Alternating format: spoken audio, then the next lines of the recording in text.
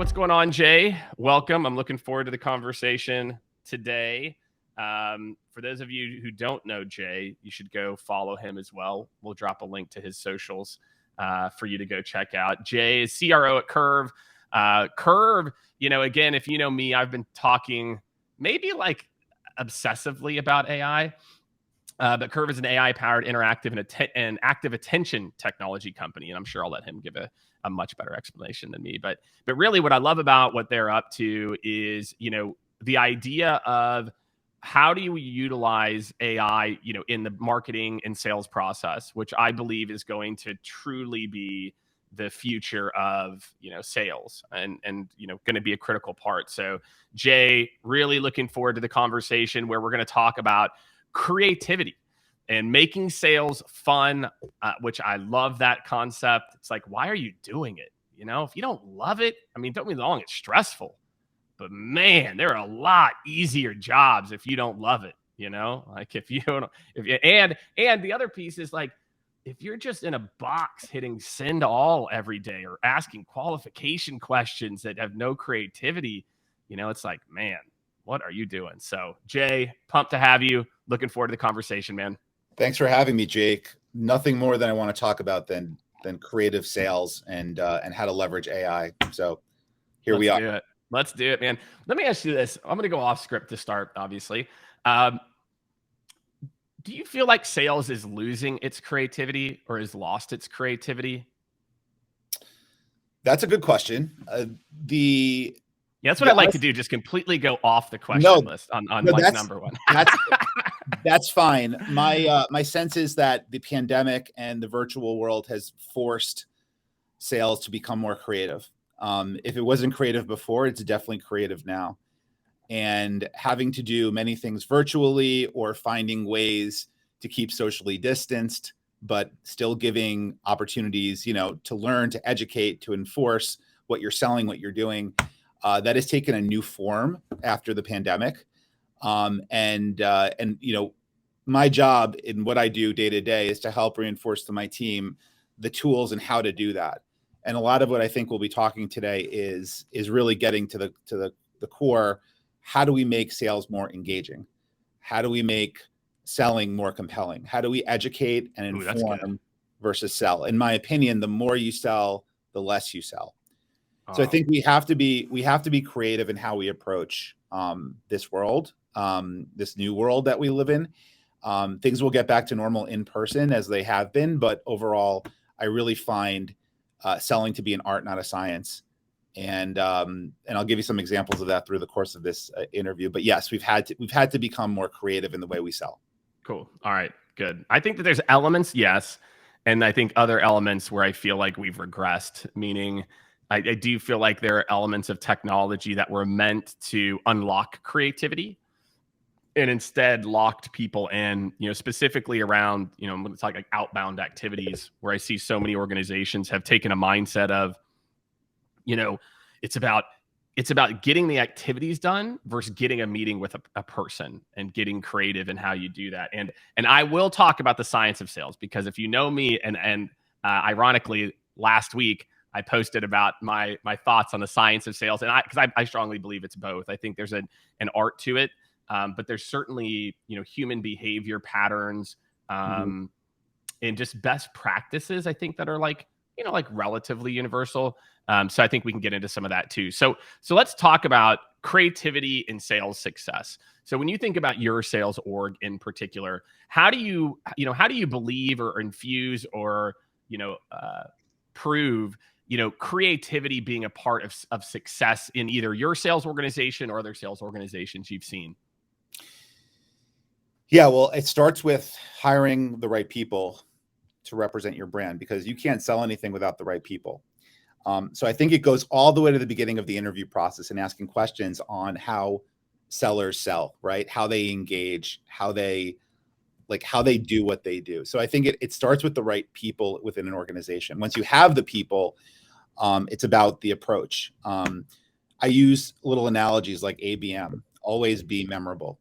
And this goes more to the art of what we've been saying, but always be memorable means people buy from people they like, they remember, they recall. I think Twitter had a power of 3 where you leave every meeting with, here are the 3 things I want you to remember. Those little things in sales and how we reinforce that within my team today is really being memorable, right? Follow up is critical, and then leave everyone with three points that everyone will remember, right? You have to be creative in how you approach sales because we're not selling, we're partnering. And when you partner, it's different than selling. And we need to make sure that my team is out there with being polished, being memorable, not just pitching, not just selling, but creating. And we'll talk a lot about that today. The point is, sellers should go the extra mile and do something that will stand out and make a lasting impression in people's minds. Everyone's selling a product. Your doctor selling you drugs that the pharmaceutical rep sold him. The restaurant server is selling you the lobster versus the chicken. Everyone's selling something. And the key is to good salespeople, in my opinion, and how we reinforce that with the team, is the more creative you can be and the more you sell, the less you sell, becomes an approach and an ethos that our team has adopted and helped grow our revenue 10x in 1 year with a product that nobody really knew about, which is great.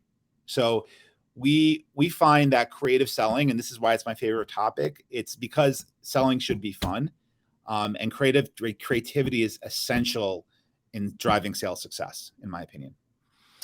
Well, I think what's interesting, as a part of what you're kind of getting at here, throughout this is I feel like we have, and again, because we work with, hundreds of B2B companies every year. And the interesting part that I've seen pattern wise is almost a move away from creativity or being memorable and the customer experience to executing our process. And I think some of what you're talking about, when I see the onboarding and the training that these sales reps are receiving today, I look at this as, to me, like there's a process side to sales and there's a technique side to sales.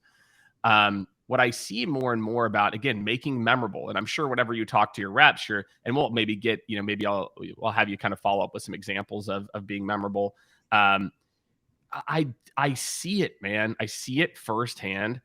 We are not teaching individuals the techniques on and the concepts of what comes off as art a lot of the times, which is, again, like, hey, I want to be be memorable. That's not in Medic. That's not in my command of the message or sales blueprint. There's nothing in there that says be memorable. It's like, I'm supposed to ask these questions.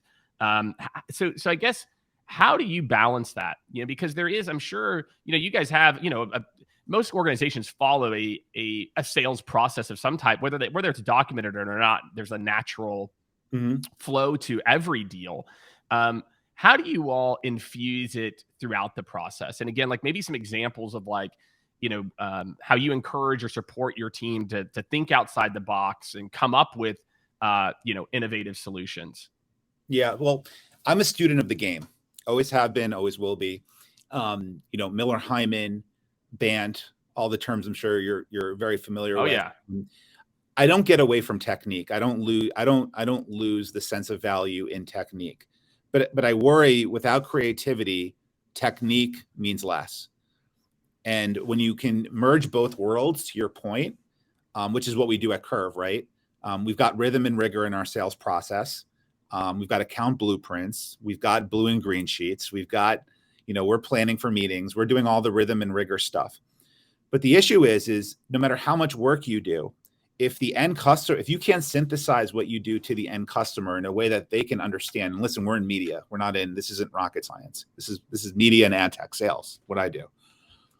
If you can't take what you do from a systematic perspective and apply it in a human way, you won't be as successful.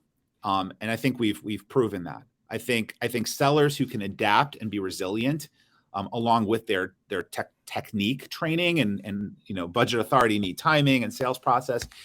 So, what we do is we have our account plans, right? We have our top 5. We have our 70-30 rule where we spend 70% of our time on 30% of our business, our whale accounts.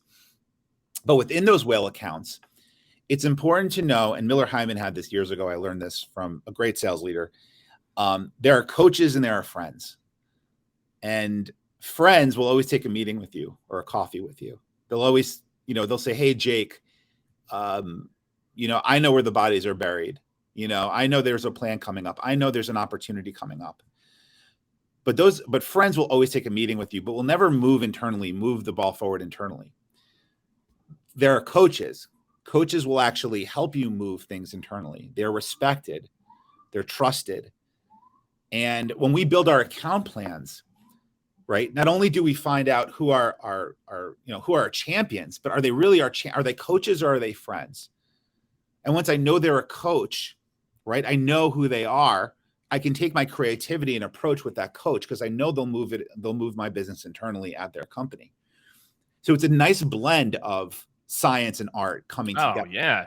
Look, I love what you're saying, man, because I think, a lot of people probably, I can hear a lot of sellers who heard the first, few minutes of what you talked about. And they're like, yeah, it is. That's right. Like each is different. And then I love how you counter it with the rigor and rhythm, which is so true. And what I found, and I'll tell you what I found, Jay, I'm sure anybody who follows my content has heard me talk about, the story where I, hadn't sold anything. And then my boss asked me, why aren't you following the process? And I laughed in his face and said, process, haha, like I'm this artist.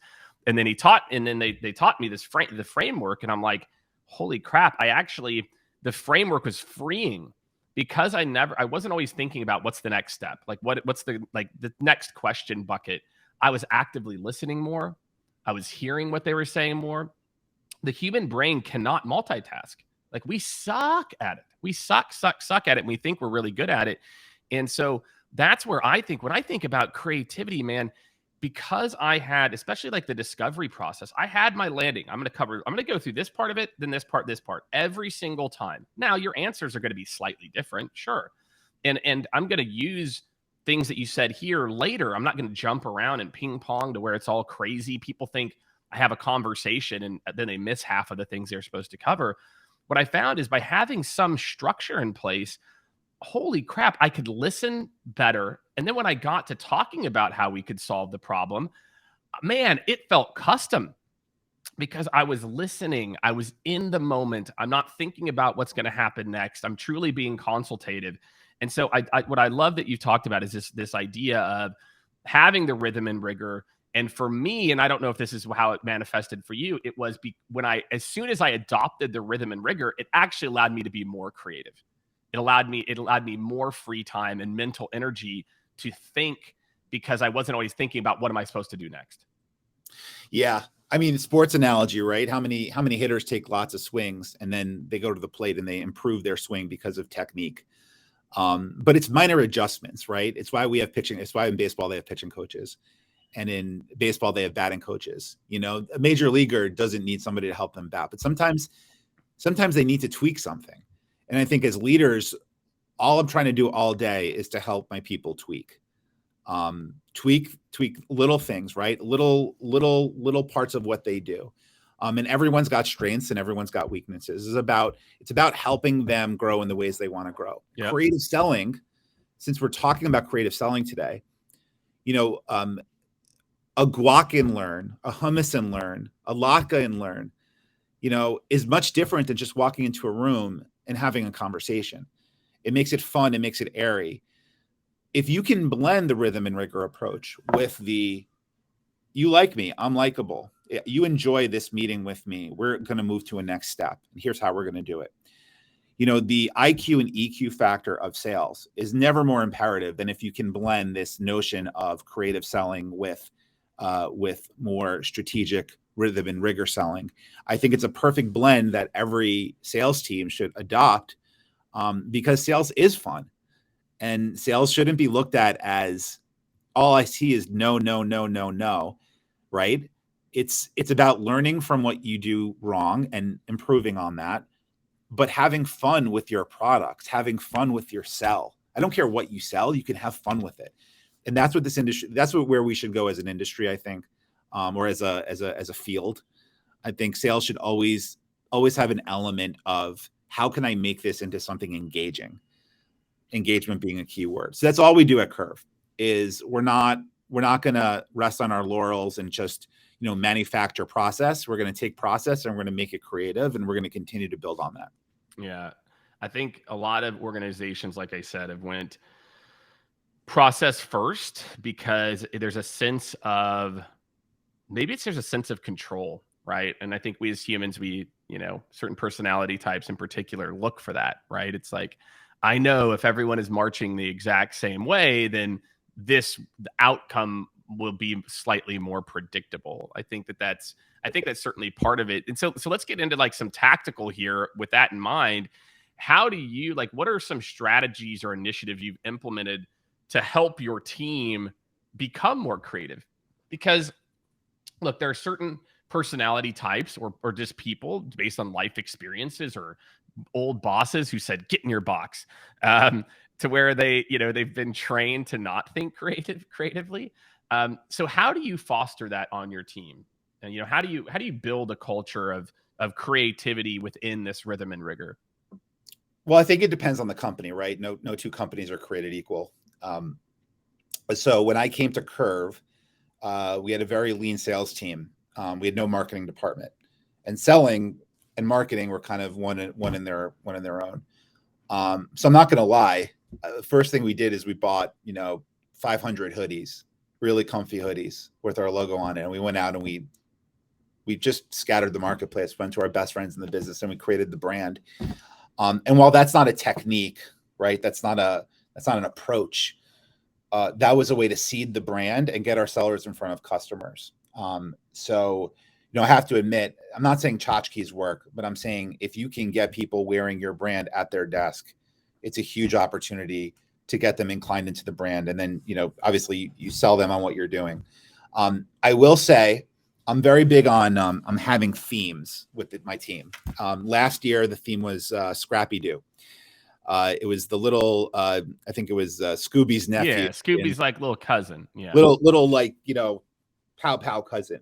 Yeah, I remember. We had to create that mantra because we were a small fish in a very big pond of video partners, and the team had to adopt this scrappy mentality in everything they do.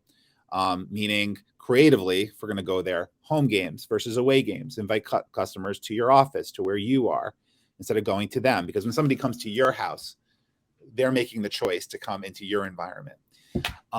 So we were scrappy. We went from, I think we 10x revenue from 2019 to 2021 just by being scrappy, and doing things creatively. This year, we talk about creating versus chasing opportunities.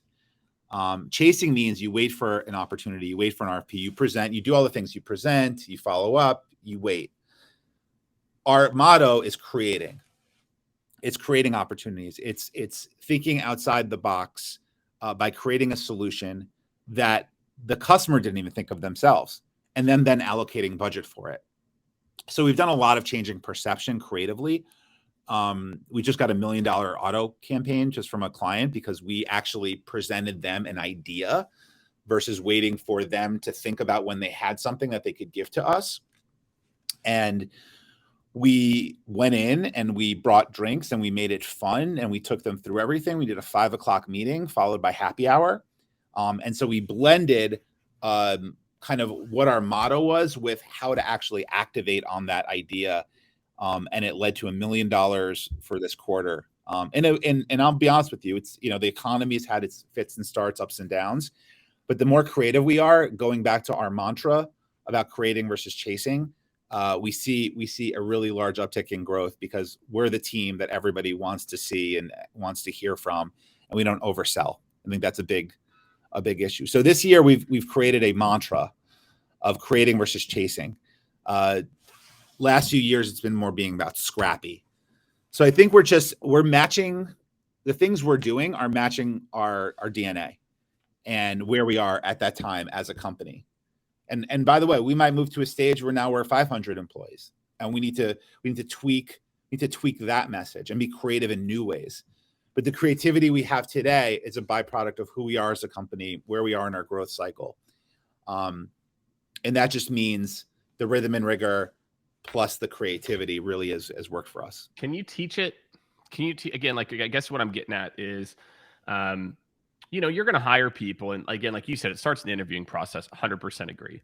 But let's say, like, how do you coach to it? So you're, you know, CRO, like if I'm a frontline manager and I work for you and I'm like, Jay, like, you know, Ron, you know, just keeps doing the same thing. Like, how do you coach to creativity? Well, everyone is coached differently. So it starts with, what are they doing? How are they doing it? We track activities here at Kerv. We use CRM to do that. We're tracking activities and meetings, and we have weeklies where we talk about creating ideas. So we're always fostering collaboration. We're getting together as a team and we're talking through these ideas. So Jake, the way that I would answer that is good communication between sellers, between leaders on the weekly sales call.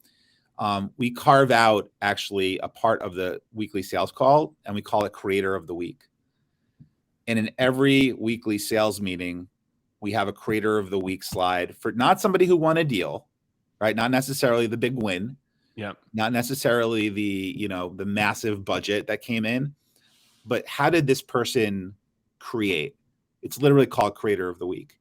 And that person, that seller, shares his or her story with the entire team on how they've created this week.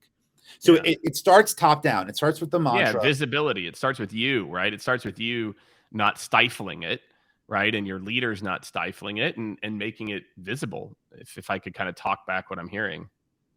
Yeah, we over-index on creativity every week. Yeah, sales call, internal meetings, collaborations, Slack channels, creative Slack channels. It's all about creating. So the one suggestion I would have for your audience is create that creation, you know, create that Slack channel that's about how you created. Go into your sales meeting talking about this week, how you created. Yeah. And listen, I think, you know, Willie Loman would have a heart attack. I think he was just on a train selling watches, right? And the best sales leaders in the world who are so methodical and precise about X meetings, leads to X opportunities. It's all right. It's all correct. But there's this element, this human element of selling or partnering that I think we cannot get away from, that we have to over-index on. That's right. Yeah. I mean, the problem that we've had, I think, sales math is that we went to the point where, and marketing went there too, right? Marketing used to, you know, let's think at like 90s, early 2000s, right? Marketing was all about brand and awareness, et cetera. And then we started to get all these fancy marketing automation tools that could, and you're in the ad tech space. There's thousands, if not tens of thousands of companies in the MarTech and ad tech space. And we started to be able to measure things. And then we almost went really far the other way to, like, you know, and I remember that you can't measure it. It doesn't matter. And that also is not correct. Because there is a thing called influence that, you know, the dark social, the things that happen in a Slack channel, and someone says, hey, do you know anything about these guys? The LinkedIn organic post that just happened to be seen by so-and-so, and they didn't click a link, but then, you know, they hit up their VP to say, hey, go check these guys out. And so on the sales side, we've got to start to move back to a world where we care about outcomes. And the people that we celebrate aren't the people who hit 100 activities. Of course, we want the people that do the activities. Do not get me wrong, like, who do enough, but also allow the creativity for people to play to their freaking strengths. You know, if I go to Jay and I say, Jay, look, I am good at video and I'm really good at LinkedIn. I'm going to send 30 customized videos every day and I'm going to destroy my number and people are going to love it. And if you're a sales leader, you have to stop managing people to the mean. We are right now are managing everybody to the average. And like that, I mean, just let that sink in. Should we be managing people to the average, or should we have processes and systems and things in place? And then, you know, you've heard Jay talk about this multiple times, then managing to the individual. like what happened to managing to the individual, where it's like, look, and I get it, like, certain people need to set an example and things like that, but we have to let go of this idea of, like, if we can't measure it, it doesn't matter. And that every activity is a one-to-one correlation to booking a meeting, like it was, you know, 15 plus years ago. So sorry, Jay, I had to go on like a little bit. No. Go on that soapbox because you're. I had to go on that rant because I thought it teed it up well. It's valid, but managing to the individual and their core strengths. I think, obviously you've got top producer. You have this kind of this hierarchy of production. It's interesting to see if a seller invites more creativity into their sell, how that helps them get to their goal or increase their production. I'm willing to bet that the seller that doesn't think in a proactive, creative way, if they can combine forces of rhythm and rigor plus creativity, that's exactly it. I would be interested to see the case study of that, because we do that every day. Yeah. I will not let the team just go out and sell. I want them to partner. I want them to be proactive versus reactive. I want them to be scrappy. I want them to create. And that plus what we've put in, and Jake, we have put in structure, that together has helped us grow exactly from 1 to 26 million overnight. Look, the amount of resumes like an RDC Jay is going to have after this episode, it's going to be. But Jay, what I love, man, is like, again, do not get it twisted. What he is not saying is that there is not a rhythm that they follow and a process they follow. And I'll go back, and again, why I can relate to this so much is this was my career. My career was, I was all art early in my career till I got to a point where I was having executive level conversations that my lack of processes for selling more transactionally was limiting. And then as soon as I found the process, like, gosh, I could just think more and be creative. And the other thing, like, I will say there are some things, I don't know if you're born with it. Like, I'm naturally like a hardworking, lazy person. And what I mean by that is, like, I am always looking for the angle of like, what could you do here? Like, okay, so can you do this? Like, is that? Can we do that? Is that possible? Right. And I think not enough people, and Jay, you can comment on this. I feel like we've been trained, and maybe it's an academia, and I feel like it's getting worse. It's like, well, I don't know if I could do that. Well, what if nobody told me I could do that? It's like, dude, look, and it's bit me in the ass. Don't get me wrong. But like, I've built a career on, like, you don't know where the line is until you cross it. Until you like, and so I'm not saying all of you should live by that mantra. But what I am saying is that wherever the line is of what you think you can possibly do from a creativity or within a deal, you are probably so far away from it that any leap forward is going to get you more and more in like your creative zone. And so I would just invite anyone listening to just start trying things. I was talking to someone the other day. I go, look, you're an SDR team. You work from home. You want to be an AE? Just start taking discovery calls. Nobody's going to know. Like, your boss will never know. Like, you want to start to like train or do what, like, just do it. Like, stop like waiting for someone to tell you what this is. And I think, Jay, what you're doing is creating an environment where people feel comfortable with that. And that's why you guys have seen the results. But I do feel like, there is some empowerment that you as a seller or as a sales manager or director or VP have to take some of this into your own as well too. And not just say, well, I did what you told me to do. It's like, well, is it working? Okay. Well, like, what does this mean for you? Like, this is just part of it. This is the rhythm and rigor. It's not everything. And so, my last set of questions here, Jay, for you are like, yep. What are some of the issues that pop up? So if I'm a sales leader, actually here, let me ask a better question. I'm a sales leader. I'm sitting there in my desk. I'm like, oh my gosh, Jay, I love this. This sounds so awesome. I want to do this. My boss tends to be focused more on the metrics and want to make sure the metrics, she or he does not talk enough or a lot about that. How do you think I could approach this to get more creativity in my team?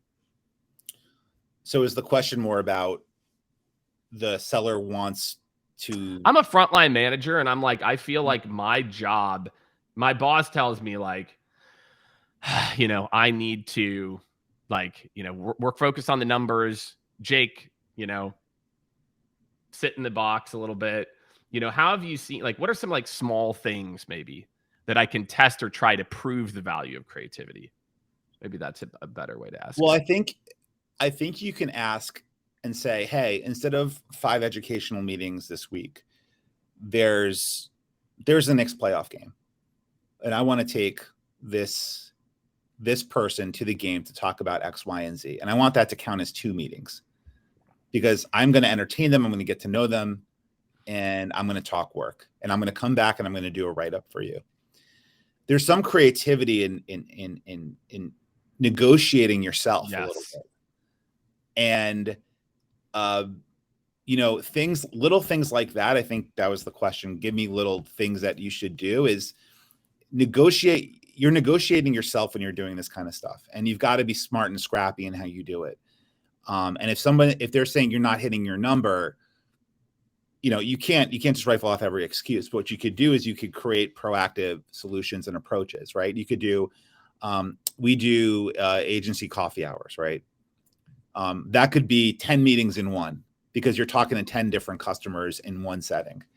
And so our team knows that every week they're going to do 2 or 3 of these coffee hours for every agency, because they're going to hit multiple constituents. So what you could do as a manager is you could say, okay, I want you to have 2 educational meetings this a week, and then 3, call it social or be in front of customers. And so it doesn't have that could be virtually too, right? Like just not, I did a demo and just explained what we did. It's rejiggering the approach for salespeople that might have a hard time, or maybe learning how to get those quality in-person educational meetings, is let them negotiate with you or negotiate with them to have different creative ways to actually, make those meetings happen. That's how I would answer your question specifically as pertains to meeting goals. Is start thinking creatively about those meetings, especially in this virtual virtual world. Yeah, I love and I think like there's a couple things that you did in there that I get this question a lot, when I do a session or a live, and people are like, yeah, Jake, but I live in this. And what you did is exactly what like my advice is as well too, which is the alternative is, say, look, I understand these are the metrics that, you need me to hit, leader, because you're going to get yelled at, right? Like probably. So here's what I'm going to do for the next 2 weeks. I'm going to hit what you need me to, but I'm also going to I'm going to do this. And what I want your commitment on is if this shows success, that the next 2 weeks, I can do less of this and more of that. Does that work? Most people want you to be successful. Most leaders want to crush their numbers. And so I think, what you got it, like, what we're both talking about is it is totally fine to negotiate. But again, and even in your use case, Jay, like, he went above and beyond. He said, look, I'm going to do this. I want it to count as 2. I'm going to do a write-up. I'm going to do this. And so it's not just, hey, I had an idea. I want to do this. Like, if you want to make sure that your idea never gets implemented, approach it like that. Right now, sure, sometimes it's like once you've earned your street cred, you don't have to put as much, thought into it.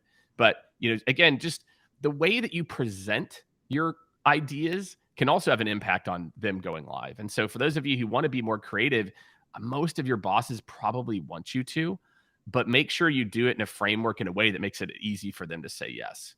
And, right. And that to me is what I've seen with organizations that become more creative over time. Is it's not this big change.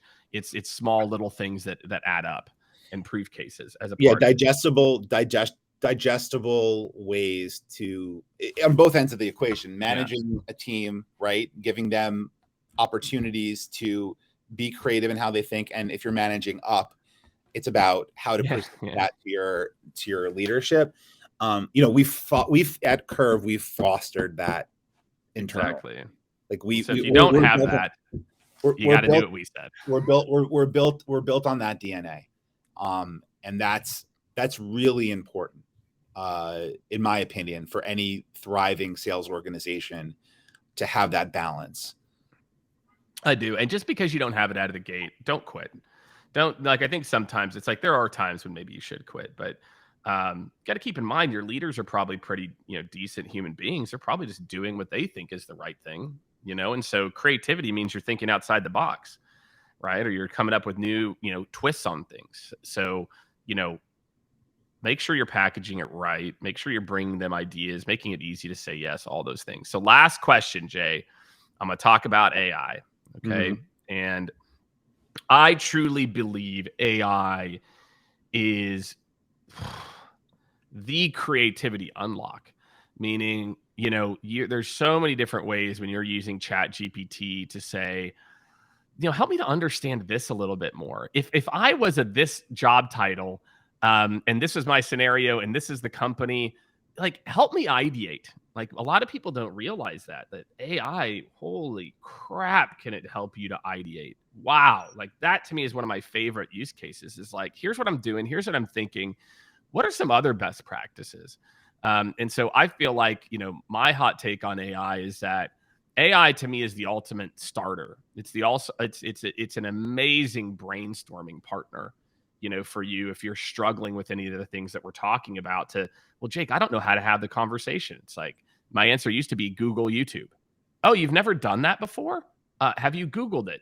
Like, especially kids coming out of college.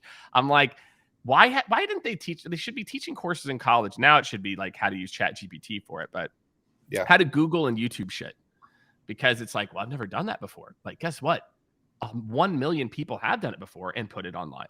And so, like, there's so many different inspirations you can find. I find AI is like the top one. I'm curious, Jay, for you, is your team using it in their day to day? How they're using it? How are you thinking about using it? Or maybe just like your thoughts on AI in the sales and creativity process. Jake, we're so fortunate because Kerv sits, we're built on AI. We're an AI powered technology. So every day in our sales approach, we use AI because we're an interactive technology company that is able to identify any object in any scene of any video and instantly correlate it with the output. So your black shirt, your microphone, your headphones, understanding video content at such a precise level. It's all powered by AI and automation, machine learning that takes your object, your shirt, and links it out. So we actually, one of our clients was a huge Mets fan. And years ago when Mike Piazza, I don't know if you remember Mike Piazza. Oh, yeah. Mike Piazza hit a home run. I think it was like maybe his 500th home run, something like that. And our client was actually in the actual highlight of the game of Mike Piazza running around the bases, and he goes to the dugout and he high fives somebody as he's going to the dugout that's actually first or second row in the crowd, and it's our client. And he sent us the video on I think on YouTube. And so what we did is we curved it.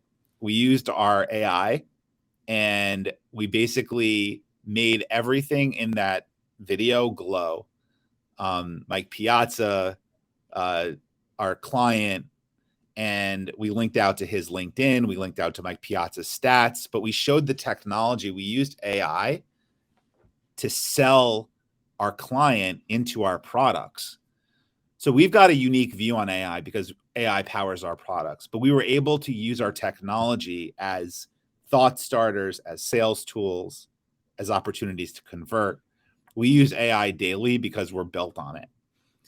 Now, for the common seller who doesn't have the Kerv tech or a Mike Piazza video, it's a little harder to do that. But AI is coming. Obviously, ChatGPT is changing the way that emails are written. You can use ChatGPT, and why there's a writer's strike right now in New York is that automation is coming, and sellers have to be smart about how to use it. I wouldn't use AI to build your client email because, again, there's a notion of being authentic and creative in how you approach customers. But from a templatizing standpoint, AI should be used to reach out to customers, right? And to foster development within customers and get them to respond through smarter messaging and smarter tactics. But we're really excited about how AI can be used in video content. That's what Kerv does. That's the fabric of what we do, is we use AI to make video work harder and smarter, and we use it every day. And I would encourage anybody in the call that wants to make their videos AI generated, you can reach out to Kerv. But overall, we are an AI powered company. So Jake, AI is the DNA of what we do.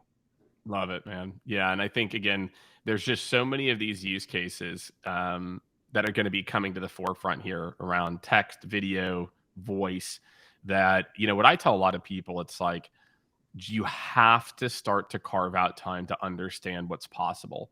Because, I use the analogy, whether it's politically correct or not.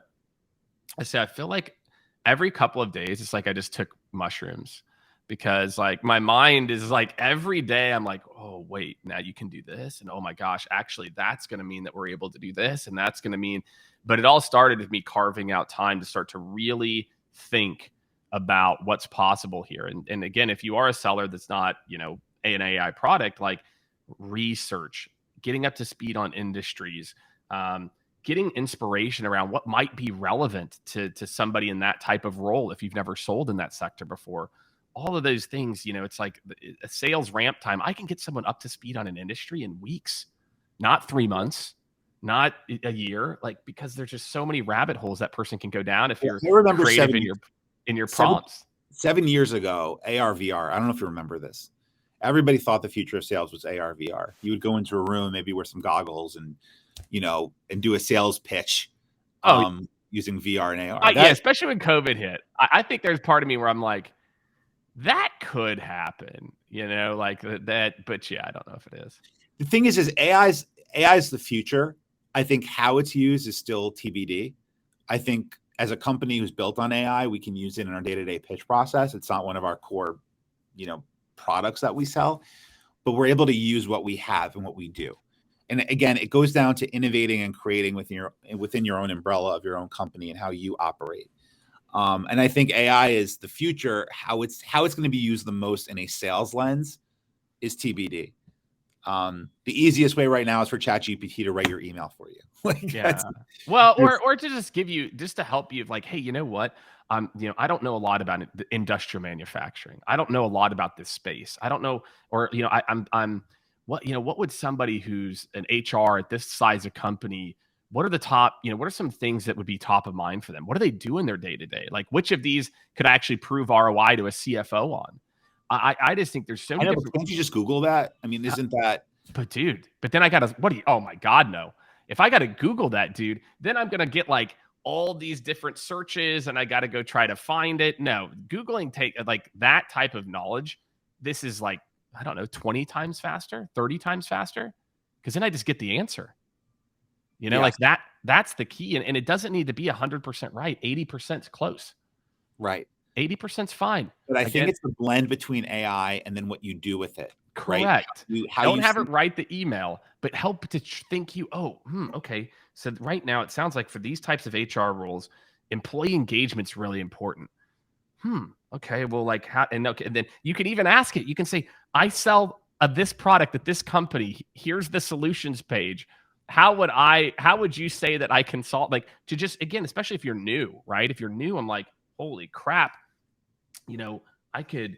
I could do that. I was talking to someone yesterday and she's like, look, I hate having our sales engineers on calls. I go, well, here's what you're going to do. Your next 20 calls with sales engineers on the call, you're going to download those transcripts from whatever conversational intelligence.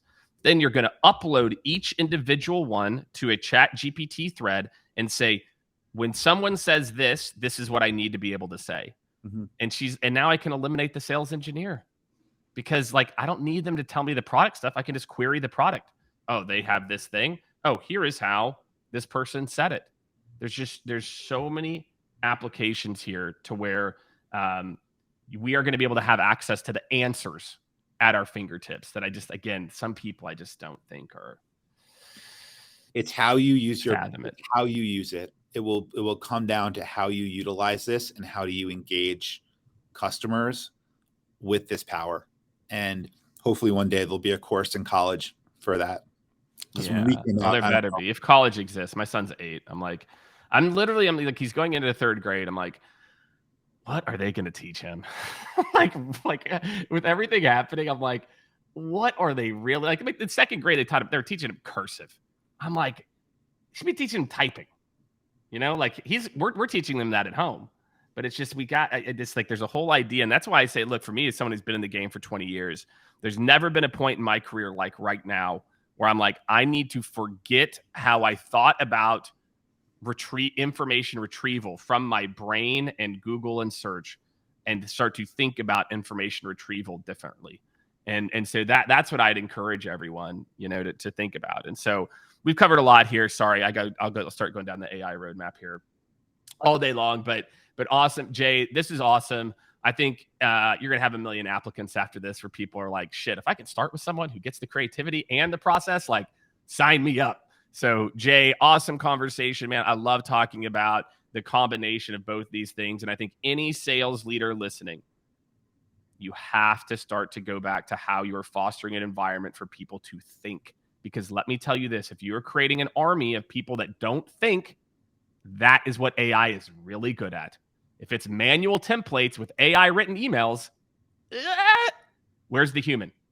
And so if you want to be successful, you want to stand out, listen to Jay, insert the human. Understand how you're doing that. So Jay, big shout out, big thank you, man. Thanks for joining me. Thanks, Jake. Take care. All right. Bye-bye. And go check out what Jay and the team are doing at Kerv. We'll link to it here. Have a great rest of your week, everybody.